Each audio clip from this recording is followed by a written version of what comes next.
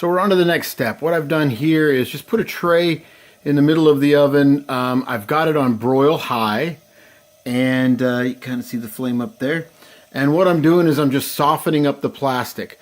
Now I'm going to be using some mitts to curl it up, some oven mitts, or you can use gloves, whatever. You can see it's starting to bend, starting to give a little bit. I don't really want to touch the tray because it's hot. I don't want to get it too close to the flame because it's really, really hot. I just want to soften up the plastic. I keep turning the plastic, just getting it hot, trying not to scorch it.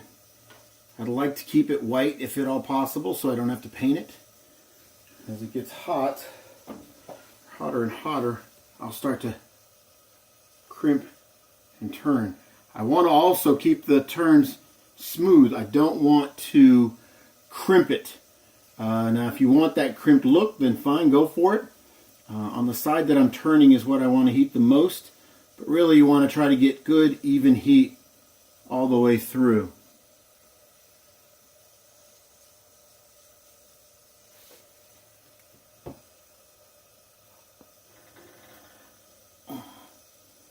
Getting nice and soft in areas. What we'll do is we'll slowly start to curl it up as it gets softer, kind of keep the heat as even as possible on it all the way through, so that way when we curl it,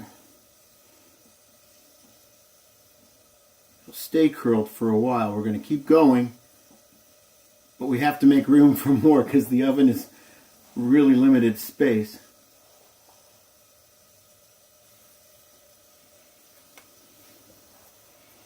See how it's really getting good and flexible now. It's almost like rubber. So what I'm going to start to do is curl this piece under, like so. Try to keep the curled under piece away from the flame. Try to keep from crimping it as well at the same time. Now, if you've got a source that's bigger than this, that does a more even job than this, then definitely you want to use that. This is not the best way to do this. It's not the safest way to do this, but it definitely works. Now, I've used a torch as well, which also works pretty well. The only problem with a torch, like a plumber's torch, is you start to get scorch marks. And again, like I said, I'm trying to avoid that so we don't have to paint it. It's just a little extra effort, but it saves time, it saves money to do it this way.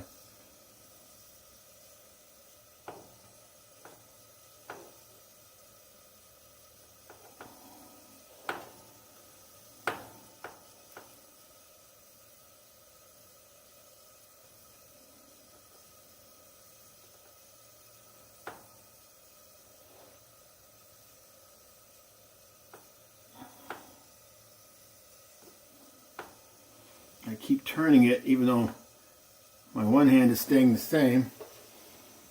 I keep turning it.